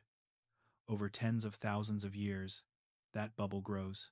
The sun's outer layers, once held loosely by gravity, detach more clearly, forming a vast, expanding shell of gas. The density drops as the shell stretches. The wind continues for a while, and then weakens, then stops. What's left inside is small, hot, and fierce. The sun's core, stripped of almost everything it could lose. You turn your attention to that core. It has contracted dramatically, shrunk to roughly the size of a planet, yet containing about half the sun's original mass. As it contracts, it heats. Temperatures at the surface climb to well over 100,000 degrees. Its light is no longer soft, reddish-white. It is now blisteringly blue-white, pouring out ultraviolet radiation in a torrent too intense for human senses to truly grasp. You imagine this compact star as a white spark in the middle of a faint, expanding cloud. For the moment, the cloud is still mostly dark, visible only in the faint glow of scattered starlight and the heat of its own expansion. But as the core brightens and hardens in color, that begins to change. The photons that stream from the sun's exposed heart are energetic enough to strip electrons from atoms in the surrounding gas. Hydrogen loses its electrons, becoming ionized. Helium does too. The entire shell of gas, once merely drifting, now becomes charged with this fierce new light, and as those electrons recombine with their parent ions, they release light in specific colors, the fingerprints of ionized atoms. You watch as the expanding shell starts to glow. It begins subtly, a faint greenish haze here, a soft red rim there, like the first hints of sunrise on a fog bank. As the ionizing radiation continues to wash through the gas, the emission strengthens. Entire arcs and filaments light up. The shell is no longer just a cloud, it's a luminous bubble, lit from the inside by a tiny, intense star. This is the birth of a planetary nebula. You drift into the glowing shell, and the colors surround you like a slow, underwater aurora. Hydrogen shines in deep crimson, helium in pale blues and violets, oxygen in eerie greens that make the gas look almost phosphorescent. In reality, these colors would be faint to human eyes. But tonight, your imagination lets them bloom, painting the space around you with soft, shimmering light. The gas here is thin, more vacuum than substance, but it feels almost tangible as you move through it. Wisps of glowing material curl like luminous smoke. Knots of denser gas flicker brighter, casting soft shadows into the surrounding haze. It is peaceful, silent, and impossibly delicate, like drifting through the inside of a stained glass lantern. You notice that the nebula isn't perfectly smooth. The earlier winds and pulsations, the star's rotation, maybe the gravitational nudges of planets or unseen companions, all of these have sculpted structure into the shell. You see rings, arcs, and maybe even bipolar lobes, where the material has flowed out more freely along certain directions. What once was a fairly uniform envelope has turned into intricate patterns, a kind of cosmic calligraphy written in gas and light. From a greater distance, the scene is breathtakingly simple. A small, blindingly hot star in the middle, and a glowing bubble around it. If you were looking at this from a distant world with a good telescope, you might give it a name, catalog it, compare it to others. Astronomers once thought these objects looked like planets through early telescopes, round, disc-like, which is how they got their misleading name, planetary nebulae. No planets are involved, only the last exhalation of a dying star. You hover at the inner edge of the nebula, right where the gas is being most intensely ionized. The boundary feels like a soft, luminous tide line. On one side, the gas is fully ionized, glowing brightly. On the other, farther out, the radiation weakens and the gas remains cooler, dimmer. The front between them slowly moves outward as the shell expands and thins. Time, for a planetary nebula, is brief. Not for you, perhaps, but for a star that has lived billions of years, this glowing phase is just a spark, maybe 10 or 20,000 years of peak brilliance, before the gas spreads so thin that the light fades. As you watch, you speed time up in your mind. The shell grows larger, its brightness gradually softening, its edges becoming more diffuse. The intricate patterns stretch and blur as the gas drifts into the wider interstellar medium. Inside, the core cools, slowly stepping down from its blistering temperatures as it radiates away its stored heat. Its ultraviolet output declines. The ionization front retreats. The nebula's colors fade, like the afterimage of a bright light behind closed eyes. Yet, in this moment, at its peak, it is stunning. You take one slow turn through the nebula, letting the colors wash over your senses. The red, the green, the soft blue. They don't just mark atoms, they map history. Each glowing filament is material that once helped form the sun's surface, once joined in the solar wind, once felt the rhythm of the star's pulsations. Now they are becoming free, no longer bound to a single body, no longer part of a single object. Maybe, you think, this is what it looks like when a star finally becomes a memory. Its former self spread out in a beautiful, expanding shell, announcing to the galaxy, I was here, and this is what I made of my time. You pull far back now, far enough that the nebula appears as a tiny colored ring around a pinprick of white light. It looks like the photographs you've seen of famous planetary nebulae, the Ring Nebula, the Helix Nebula, delicate ovals and spirals in deep space. Some other civilization, far in the future, might see our sun's nebula the same way, never knowing that its atoms once warmed oceans, lit skies, and nourished forests on a planet that circled close in. The birth of the planetary nebula marks a boundary in the sun's life. The outer layers, once part of its living body, are now on their way to becoming part of the galaxy at large. The inner core, almost bare, is transitioning into something else, something small, dense, and long-lived. The nebula is the in-between, the luminous farewell. As you watch it expand, glowing softly in the dark, you feel a gentle tug of recognition. Endings. In your life, too, sometimes pass through a phase like this, bright, visible, strangely beautiful, before the light fades and something quieter, simpler, more enduring takes its place. You let the nebula's colors dim just a little in your mind, as if you're lowering the brightness on a cosmic lamp. Ahead lies the quiet, dense ember of the sun's heart, the white dwarf that will shine on long after the nebula has blended into the wider night. For now, though, you stay just a moment longer in the glowing shell, drifting through the sun's last, beautiful breath. You let the colors of the planetary nebula fade a little, as if your eyes are adjusting to a deeper darkness. The glowing shell drifts outward, thinner and fainter with every passing millennium, and your attention is drawn back to the center, to the small, piercing point of light that remains, the Sunday, or rather, what's left of it. You move closer, leaving the luminous gas behind like receding mist. The bright point grows, but not into a huge disk like the red giant you knew. Instead, it sharpens into something compact, intensely bright, and startlingly small. You're approaching the sun's core, stripped and exposed, compressed into a size that defies your old sense of scale.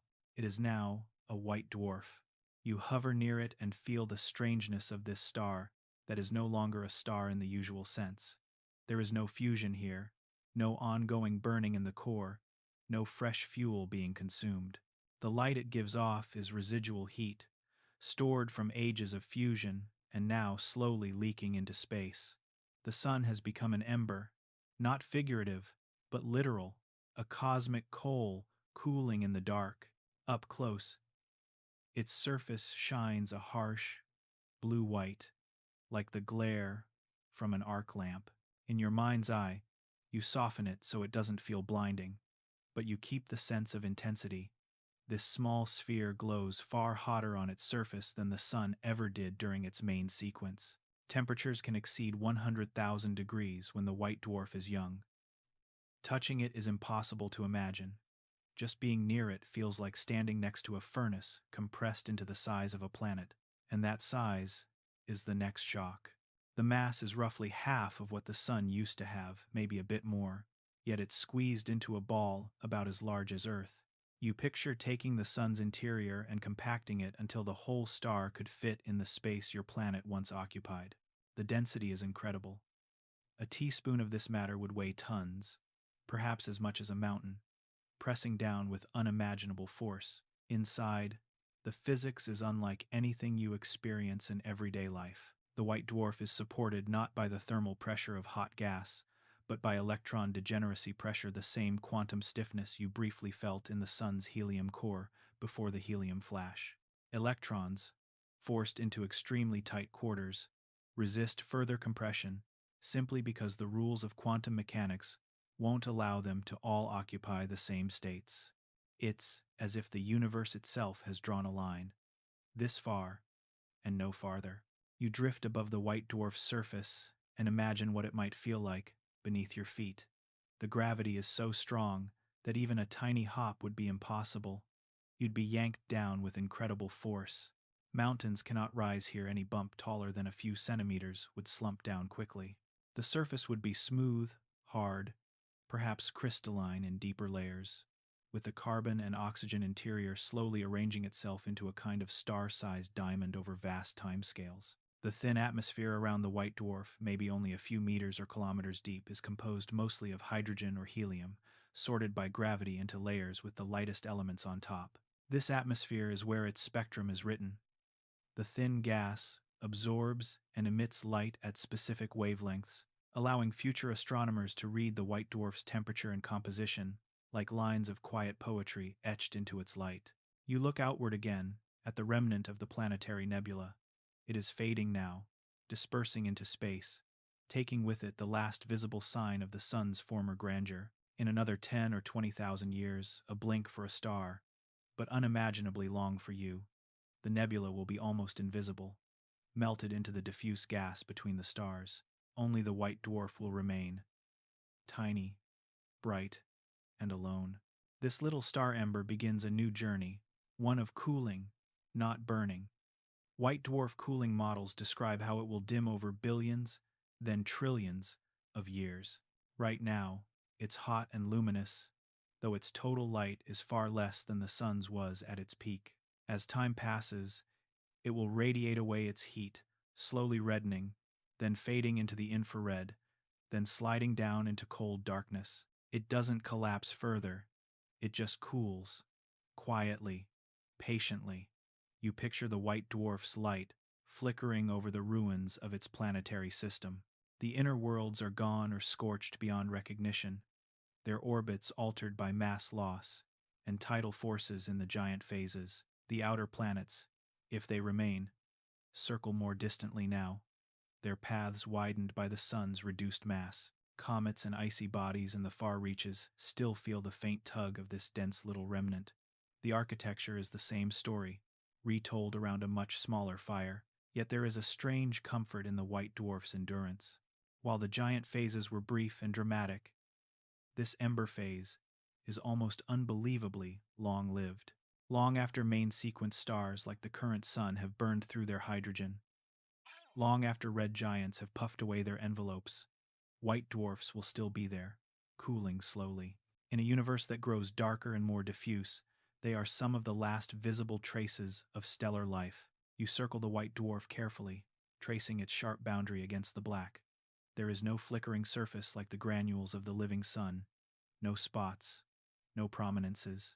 There might still be a magnetic field, complex and sometimes strong, but the outer layers are too thin for the bubbling convection you once watched in golden waves.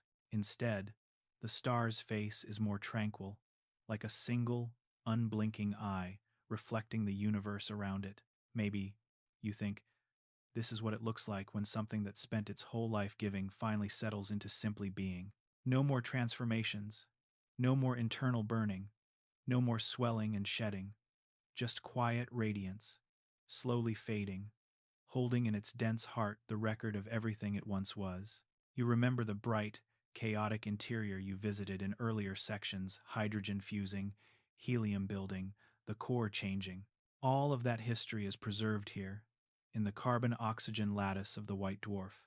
Every layer, every shell, every ash of past fusion lies stacked within this compact sphere.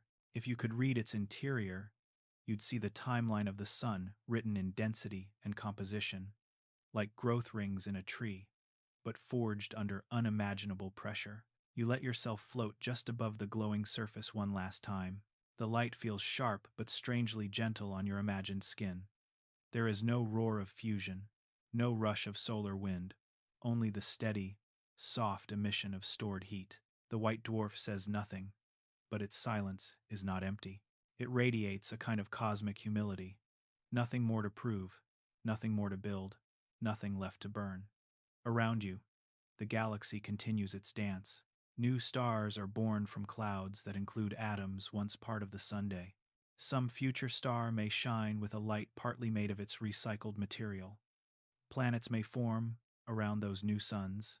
Perhaps life, somewhere, sometime, will emerge and look up at its own sky, under a different star, never knowing that a fraction of its atoms once belonged to a long-dead sun in a different era of the galaxy. You pull away slowly, letting the white dwarf shrink back to a brilliant point. In the grand story of the sun's death, this is not the loudest chapter, but it is the most enduring. The bright, shrunk-down core will linger long after the nebula fades. A small, persistent reminder that even when the burning ends, the story doesn't vanish, it simply cools. The ember remains, tiny, dense, quietly shining as the universe's night grows deeper. You stay with the white dwarf as the bright echo of the planetary nebula fades behind you. And for the first time in this whole journey, the story begins to truly slow down. Not millions of years, not billions, but timescales so long they almost fall out of language. Trillions of years, whole epochs stacked like whispers in the dark. You float close to the ember of the Sunday. Right now, it is still fierce. A small, hard, star-white eye, staring into the galaxy, hot enough that its light stings in ultraviolet, intense enough that the atoms on its surface jostle in a tight, frantic dance. But there is no new energy being made inside, no fresh fusion to refill the tank. The white dwarf is like a kettle pulled off the stove. From this point on, everything that happens is cooling. You imagine its heat bleeding outward, photon by photon, in a slow, constant stream. Each particle of light that leaves carries away a tiny amount of memory, a bit of the thermal energy stored in this compressed core. Those photons travel into the galaxy, brushing past gas clouds, lighting up dust grains, maybe one day glancing off the atmosphere of some distant world. But from the white dwarf's point of view, they are all departures, all steps down a staircase of temperature. At first, the cooling is relatively fast, at least by cosmic standards. In the first billion years, the white dwarf dims noticeably, slipping from blistering blue-white to a less intense white, then toward pale yellow. You hover nearby and feel the light soften, the way a bright midday sun slowly leans toward the gentler tone of late afternoon. Its spectrum shifts, the ultraviolet eases, visible light becomes more dominant, then slowly gives way to redder hues. Inside, the dense carbon-oxygen lattice is changing too. As the white dwarf cools, its matter begins to crystallize, like a liquid freezing into a solid. You can picture it not literally, but symbolically as a star-sized diamond forming from the inside out, atoms locking into more rigid positions under the pressure. The process releases latent heat, a final thermal sigh that slows the cooling for a while, like a warm stone holding on to its heat even after the fire goes out. You drift through an imaginary cross-section of the star and see that crystallization front moving outward, a phase change wave turning the core solid. It's quiet, slow, and deeply orderly, like frost spreading across a window pane in intricate patterns. The physics is complicated, but the feeling is simple. The white dwarf is settling, arranging itself into a more stable, less excited state. As trillions of years pass in the space between your breaths, the star continues to dim. Its surface temperature falls from tens of thousands of degrees to a few thousand, then eventually to mere hundreds. It slides from visible light into the infrared, glowing more like a bed of coals at the end of a long night than a star in the sky. Eventually, even that glow fades into wavelengths your eyes were never built to see. You pull farther back, and the white dwarf is now a faint ember against a thickening canvas of darkness. The galaxy itself has changed in these distant futures. Star formation has slowed as the gas reservoirs are used up or locked into stellar remnants and planets. The bright young blue stars that once burned briefly and brilliantly are now gone, replaced by a quieter population of older, redder stars and the remnants of those that have already died. Against this evolving backdrop, the sun's remnant continues to cool. The models that describe white dwarf evolution project its fate far beyond the current age of the universe. In fact, the universe today isn't old enough for any white dwarf to have finished cooling completely.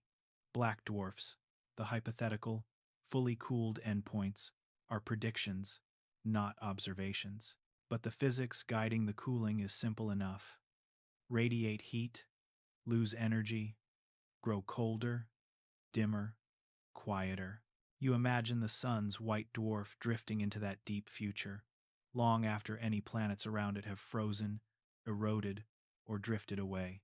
Its light becomes so faint that even with powerful telescopes, it would be hard to spot from afar. If you could stand somehow on what used to be Earth's orbit, you might only see a barely there red point in the sky, more like a memory of a star than a star itself. Eventually, after unimaginable spans of time, the white dwarf would cool to just a few degrees above the cosmic microwave background, the faint residual glow of the Big Bang itself. At that point, the star is no longer shining in any ordinary sense. It becomes a black dwarf, a cold, dark, dead cinder of carbon and oxygen, still dense, still massive, but effectively invisible, a fossil of a star. You float beside this imagined black dwarf, and the quiet around you is different from any silence you've felt before. There is no glare, no glow, no solar wind to brush against your imagined face. The object beside you is known only by its gravity, a pull in the dark, a curve in space. If you could reach out and touch it, it would be harder than anything you've ever known, yet no warmer than the space around it. The sun, once the blazing heart of a planetary system, has become a small, cold weight in the universe. Yet even here, in this almost featureless end state, there is meaning. The atoms in this black dwarf carry a history. They were once part of a molecular cloud, then part of a newborn star, then part of a fusion core. They helped light oceans and atmospheres and, for a brief era, billions of minds that could look up and name the constellations. Now they rest in a quiet sculpture of gravity and crystal. The journey is long, but it is not empty. You pull back even farther, staggering the timescale once again. The galaxy itself, after even more trillions of years, may change beyond recognition. Stars ejected, others swallowed by black holes, gas used up, dark matter and faint remnants orbiting in a vast, dim halo. Through all of that, the sun's black dwarf persists, small, dark, but real, a piece of the universe that refuses to simply vanish. Maybe, you think, the long, cooling night isn't just about the Sunday. It's about the universe's own trajectory, from hot and bright to cold and quiet, from a sky filled with newborn stars to one populated mostly by remnants, white dwarfs, neutron stars, black holes, and the faint embers of a once luminous cosmos. Brightness gives way to memory. And yet, as you hover in that imagined far future, you feel strangely calm. There is no tragedy here, only completion. The sun did everything a star of its mass could do. It burned hydrogen steadily for billions of years, gently warmed a world where life could flourish, transformed its core into heavier elements, and returned much of its matter to the galaxy so new stars and planets could form. Its death is not a failure. It's a handoff. You let your awareness drift back toward your own time for a moment, back to the fresh, yellow sun that rises in your real sky, to the warmth on your face on a clear morning, to the soft blue of Earth's air. All of this is happening right now, in the long, spacious middle of the story, far from the red giant swell, even farther from the cold embers of the far future. The long, cooling night will come one day, but not for billions and billions of years. And tonight, you're only visiting it in your imagination, like looking ahead to the last page of a book you're still joyfully reading. You glance once more at the white dwarf that will be, then at the black dwarf that might be, and you let them both fade into a soft, abstract idea.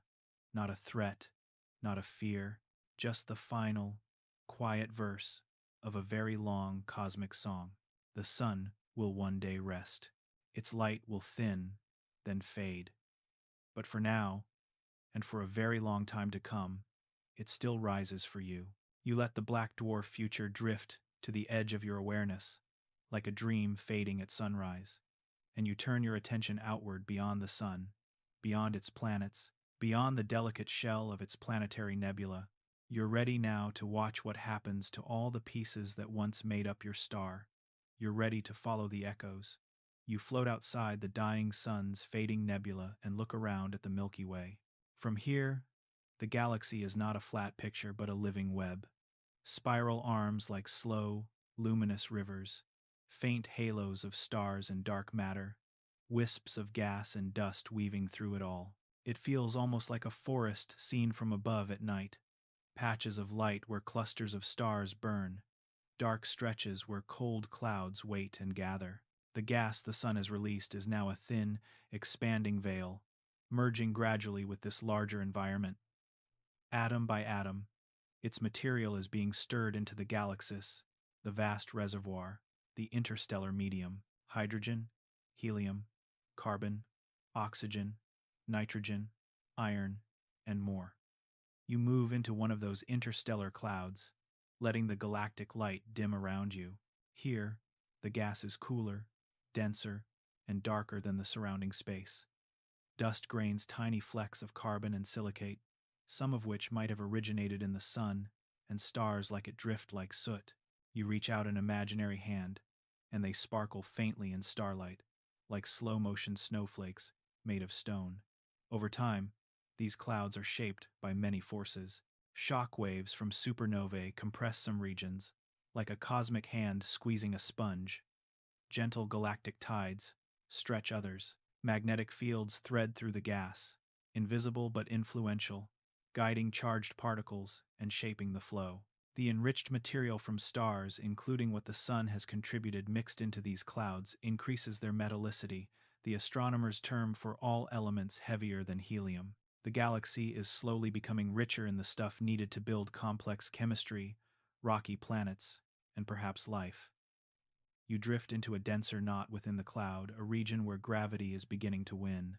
The temperature drops, the dust thickens, and distant stars are blocked from view.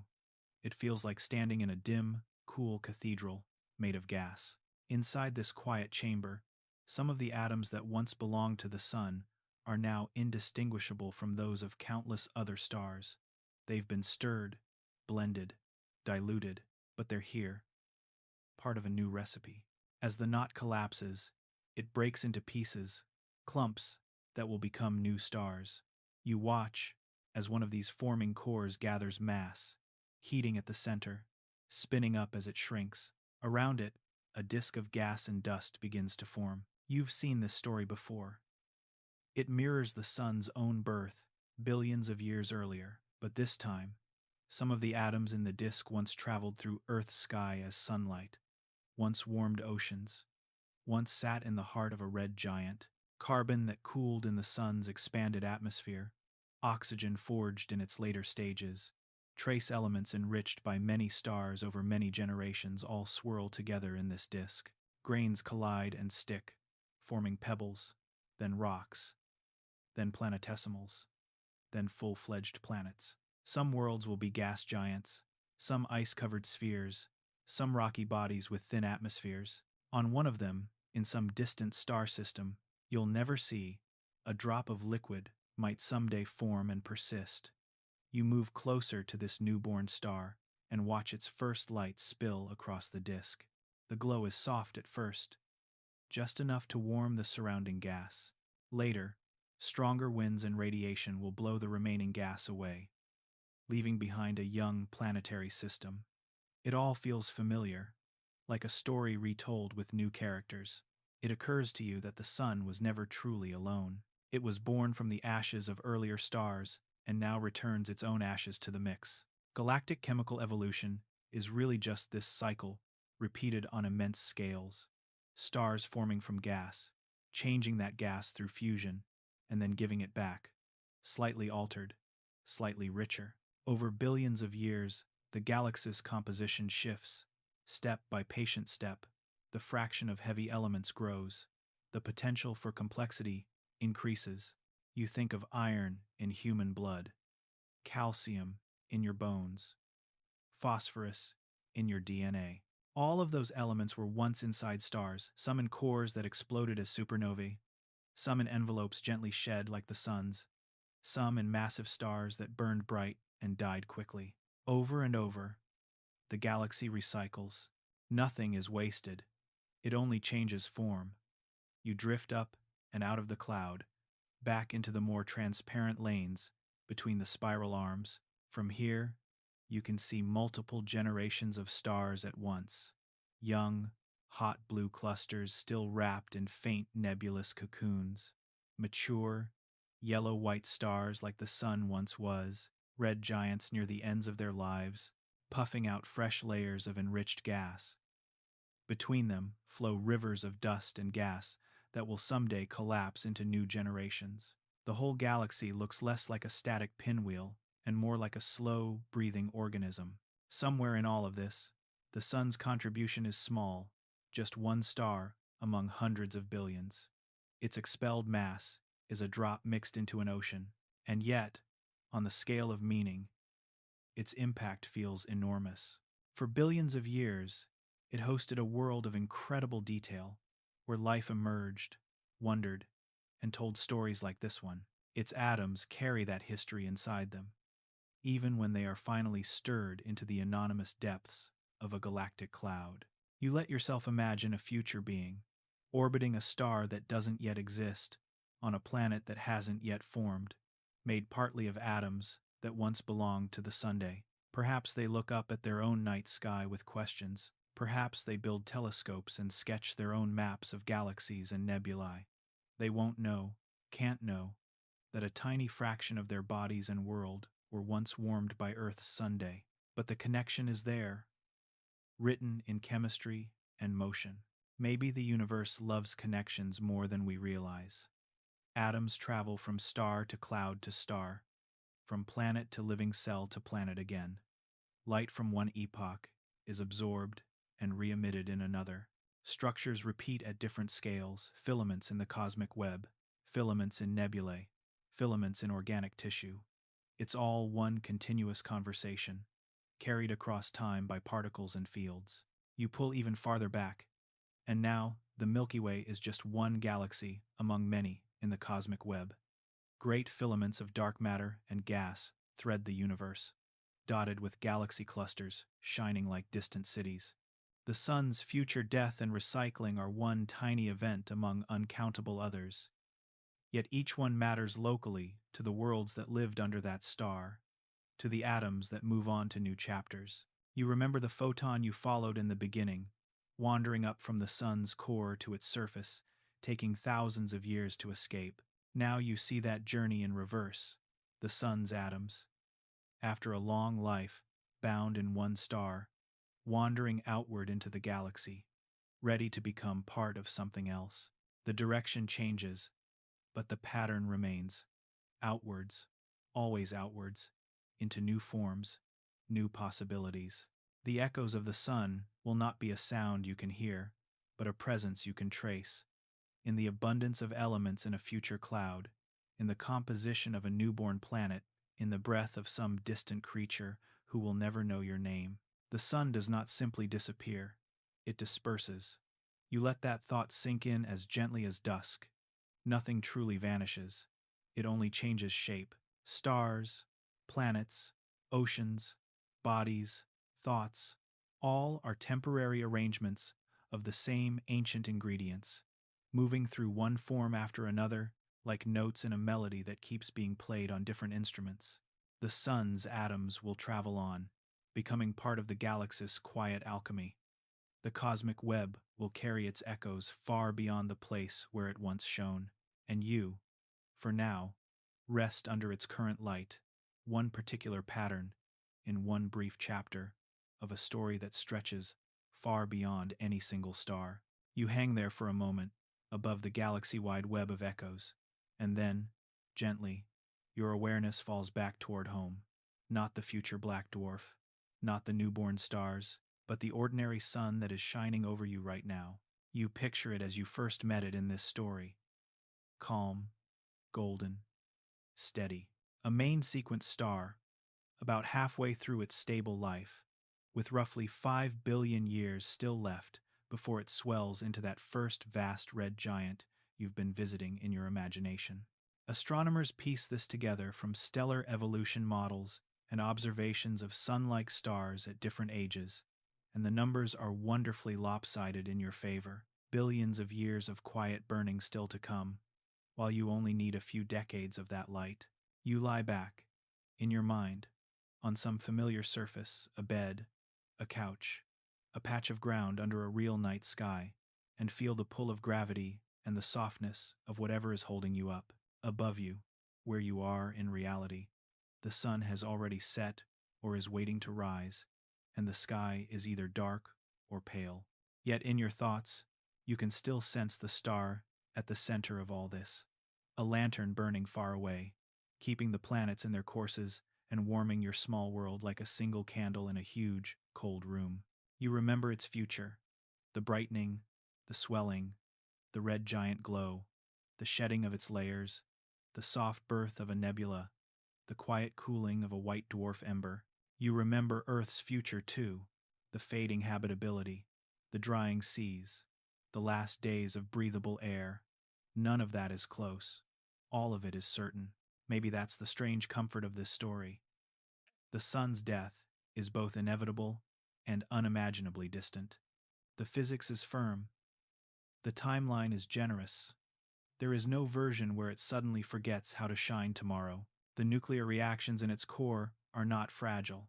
They're self-regulating, deeply stable processes that have already run smoothly for 4.6 billion years and will continue for billions more. You think about how small a human lifespan is compared with that arc. If the sun's total main sequence lifetime were a 24-hour day, human history would be a fraction of a second near the end of a long afternoon. Your own life would be less than a shimmer in that instant. Yet inside that shimmer, you can understand the entire span, the red giant, the planetary nebula, the white dwarf, and even imagine the long, cooling night beyond it. In a way, this is what science quietly gives you. Not just facts, but perspective.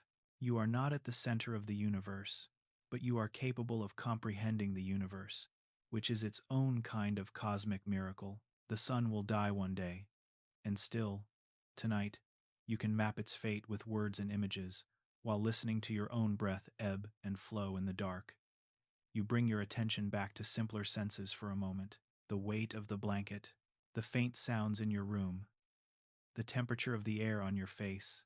Somewhere, not far above the ceiling, your local sky is being filled with photons that left the sun about 8 minutes ago, scattered through the atmosphere, bounced off clouds, reflected from the moon.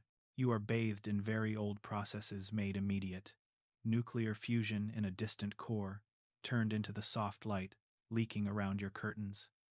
Maybe the meaning isn't that everything ends. You already know that.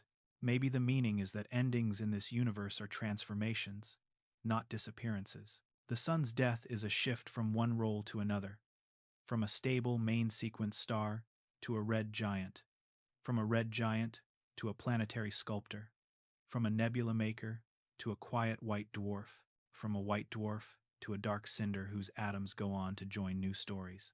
It never truly vanishes. It only stops shining in a way your eyes can see. And in between those huge, slow transformations, there is now. There is the earth with oceans and clouds. There is a sky where the sun rises and sets in gentle rhythm. There is you, lying here, thinking about all of this and feeling your eyes grow heavier. The rhythm of the story begins to slow, like a song reaching its final notes. You picture the sun as it is right now, a small, bright disk that would dazzle your eyes if you looked straight at it, a sphere of glowing gas 100 times wider than Earth, quietly fusing hydrogen and radiating a steady stream of energy out into space. In your mind's eye, you watch that light travel outward, past Mercury, past Venus, past Earth's orbit, spilling into the cold and the dark, with endless patience. You let that image soften, like focus drifting out of a photograph. The details blur, only warmth and light remain. You imagine that glow as a gentle tide washing over your planet, turning into blue skies, green leaves, reflected moonlight, city lamps powered by solar-grown fossil fuels and panels. It is all, in some way, sunlight rearranged. Somewhere, far ahead in time, the sun is a red giant. Farther still, it is a nebula, then a white dwarf, then a cold, dark remnant. But those versions of the sun exist only in probability and models right now, like seeds buried deep in soil that hasn't yet formed. The version that matters to you tonight is the one still rising every morning. The universe is still here, quietly working while you sleep. Stars are forming in distant clouds. Galaxies are colliding in slow motion. Planets are turning under alien suns. And in one small corner of one particular galaxy, a very ordinary star is humming along in its middle age, keeping a small blue planet warm enough for oceans, thunderstorms, trees, cities, and tired people listening to bedtime science stories. You take a slow breath in and a slow breath out, and imagine that breath as part of the sun's story too. The oxygen you inhale was forged in ancient stars before the sun was born. The warmth in your chest is supported by a biosphere that depends on sunlight. Even your ability to be curious about distant futures is rooted in a nervous system that evolved under a stable day-night cycle. As your thoughts grow slower, the images can grow softer. You don't need to hold on to every step: red giant, nebula, white dwarf, black dwarf. You can let them blur into a gentle sense that everything changes, everything flows.